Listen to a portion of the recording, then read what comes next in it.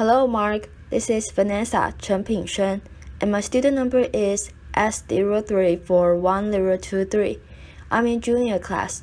Today I'm going to read the article, What It's Like to Be a Parent in a War Zone by Aala El-Khani. Worldwide, over 1.5 billion people experience armed conflict. In response, people are forced to flee their country, leaving over 50 million refugees. Children, without a doubt, are the most innocent and vulnerable victims, but not just from the obvious physical dangers, but from the often unspoken effects that wars have on their families.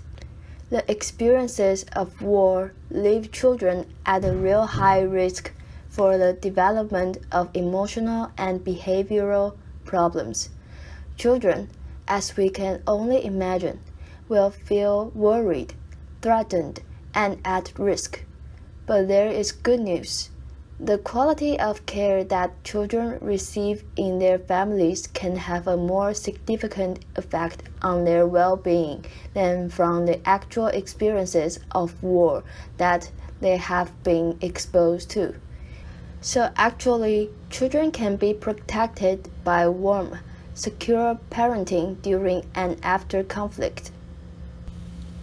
In 2011, I was a first-year PhD student in the University of Manchester School of Psychological Sciences. Like many of you here, I watched the crisis in Syria unfold in front of me on the TV. My family is originally from Syria, and very early on, I lost several family members in really horrifying ways. I'd sit and I'd gather with my family and watch the TV. We've all seen those things. Bombs destroying buildings, chaos, destruction, and people screaming and running. It was always the people screaming and running that really got me the most, especially those terrified-looking children. I was a mother to two young, typically inquisitive children. They were 5 and 6 then, at an age where they typically asked lots and lots of questions and expected real, convincing answers. So I began to wonder what it might be like to parent my children in a war zone and a refugee camp.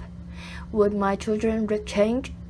Would my daughter's bright, happy eyes lose their shine? Would my son's really relaxed and carefree nature become fearful and withdrawn? How would I cope? Would I change? As psychologists and parent trainers, we know that arming parents with skills in caring for their children can have a huge effect on their well-being, and we call this parent training. The question I had was, would parent training programs be useful for families while they were still in war zones or refugee camps? Could we reach them with advice or training that would help them through these struggles? So I approached my PhD supervisor, Professor Rachel Cullum, with the idea of using my academic skills to make some change in the real world.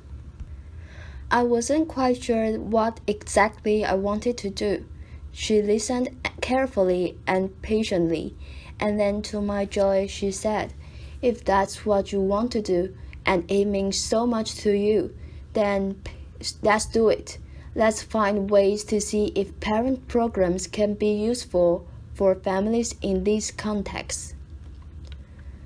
So for the past 5 years, myself and my colleagues, Professor Callum and Dr. Kim Cartwright, have been working on ways to support families that have experienced war and displacement. Now, to know how to help families that have been through conflict support their children, the first step must obviously be to ask them what they are struggling with, right? I mean, it seems obvious, but it's often those that are the most vulnerable that we're trying to support that we actually don't ask. How many times have we just assumed we know exactly the right thing that's going to help someone or something without actually asking them first? So I traveled to refugee camps in Syria and in Turkey, and I sat with families and I listened. I listened to their parenting challenges. I listened to their parenting struggles, and I listened to their call for help. And sometimes that was just paused, as all I could do was hold hands with them and just join them in silent crying and prayer. They told me about their struggles. They told me about the rough, harsh refugee camp conditions that made it hard to focus on anything but practical chores like collecting clean water. They told me how they watched their children withdraw, the sadness, depression, anger, bedwetting, dump sucking, fear of loud noises, fear of nightmares, terrifying nightmares. These families had been through what we had been watching on the TV. The mothers, almost half of them were now widows of war, or didn't even know if their husbands were dead or alive, described how they felt they were coping so badly. They watched their children change and they had no idea how to help them. They didn't know how to answer their children's questions. What I found incredibly astonishing and so motivational was that these families were so motivated to support their children. Despite all these challenges they faced, they were trying to help their children. They were making attempts at seeking support from NGO workers, from refugee camp teachers, professional medics, other parents. One mother I met had only been in a camp for 4 days and had already made 2 attempts at seeking support for her 8-year-old daughter who was having terrifying nightmares. But sadly, these attempts are almost always useless. Refugee camp doctors, when available, are almost always too busy or don't have the knowledge or the time for basic parenting supports. Refugee camp teachers and other parents are just like them, part of a new refugee community who's struggling with new needs. So then we began to think, how could we help these families? The families were struggling with things much bigger than they could cope with. The Syrian crisis made it clear how incredibly impossible it would be to reach families on an individual level. How else could we help them? How would we reach families at a population level and low costs in these terrifying times? After hours of speaking to NGO workers, one suggested a fantastic, innovative idea of distributing parenting information leaflets via bread wrappers. Bread wrappers that were being delivered to families in a conflict zone in Syria by humanitarian workers. So that's what we did. The bread wrappers haven't changed at all in their appearance, except for the addition of 2 pieces of paper. One was a parenting information leaflet that had basic advice and information that normalized to the parent what they might be experiencing and what their child might be experiencing, and information on how they could support themselves and their children, such as information like spending time talking to your child, showing them more affection, being more patient with your child, talking to your children. The other piece of paper was a feedback questionnaire, and of course, there was a pen.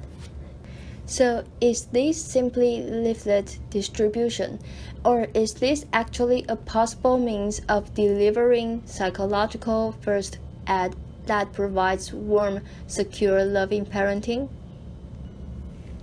We managed to distribute 3,000 of these in just 1 week. What was incredible was we had a 60% response rate. 60% of the 3,000 families responded.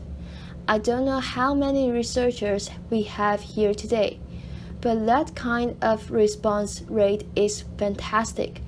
To have that in Manchester would be a huge achievement, that alone in a conflict zone in Syria, really highlighting how important these kinds of messages were to families. I remember how excited and eager we were for the return of the questionnaires. The families had left hundreds of messages, most incredibly positive and encouraging, but my favorite has got to be, "Thank you for not forgetting about us and our children." This really illustrates the potential means of the delivery of psychological first aid to families and the return of feedback too. Just imagine replicating this using other means such as baby milk distribution or female hygiene kits or even food baskets. But let's bring this closer to home, because the refugee crisis is one that is having an effect on every single one of us.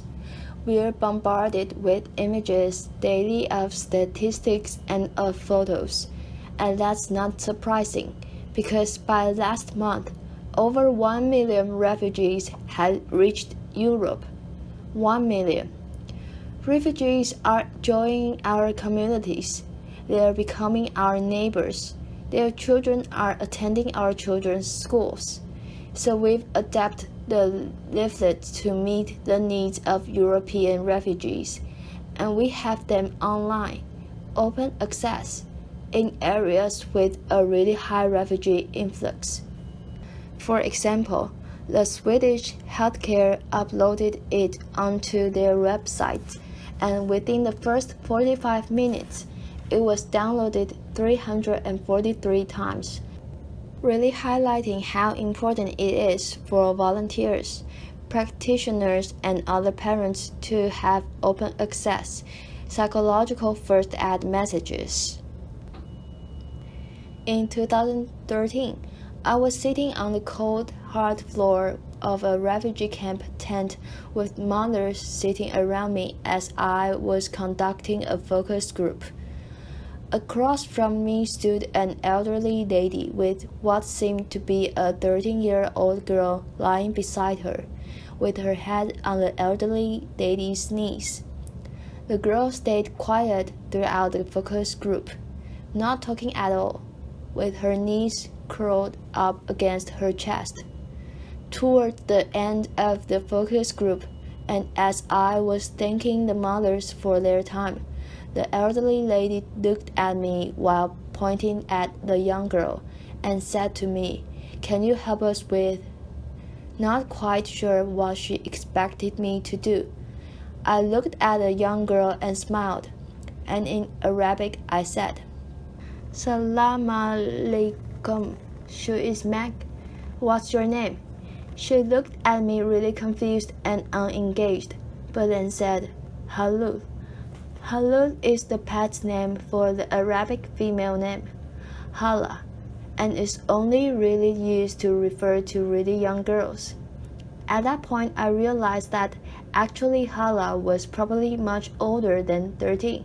It turns out Aala was a 25-year-old mother to 3 young children. Aala had been a confident, bright, bubbly, loving, caring mother to her children, but the war had changed all of that. She had lived through bombs being dropped in her town. She had lived through explosions, when fighter jets were flying around their building, dropping bombs. Her children would be screaming, terrified from the noise, all the while screaming herself. When they reached the refugee camp and she knew they were finally in some kind of safety, she completely withdrew to acting like her old childhood self. She completely rejected her family, her children, her husband. Aala simply could no longer cope. This is a parenting struggle with a really tough ending, but sadly, it's not uncommon. Those who experience armed conflict and displacement will face serious emotional struggles, and that's something we can all relate to. If you have been through a devastating time in your life, if you have lost someone or something you really care about, how would you continue to cope? Could you still be able to care for yourself and for your family? Given that the first years of a child's life are crucial for healthy physical and emotional development, and that 1.5 billion people are experiencing armed conflict, many of whom are now joining our communities, we cannot afford to turn a blind eye to the needs of those who are experiencing war and displacement. We must prioritize these families' needs, both those who are internally displaced and those who are refugees worldwide. These needs must be prioritized by NGO workers, policymakers, the WHO, the UNHCR, and every single one of us in whatever capacity it is that we function in our society. When we begin to recognize the individual phases of the conflict, when we begin to notice those intricate emotions on their faces, we begin to see them as humans too. We begin to see the needs of these families, and these are the real human needs. When these family needs are prioritized, interventions for children in humanitarian settings will prioritize and recognize the primary role of the family in supporting children. Family mental health will be shouting loud and clear in global international agenda. And children will be less likely to enter social service systems in resettlement countries because their families would have had support earlier on, and we will be more open-minded, more welcoming, more caring, and more trusting to those who are joining our communities. We need to stop wars. We need to build a world where children can dream of planes dropping gifts and not bombs. Until we stop armed conflicts raging throughout the world, families will continue to be displaced, leaving children vulnerable. But by improving parenting and caregiver support, it may be possible to weaken the links between war and psychological difficulties in children and their families. Thank you. Applause. Thank you for your listening.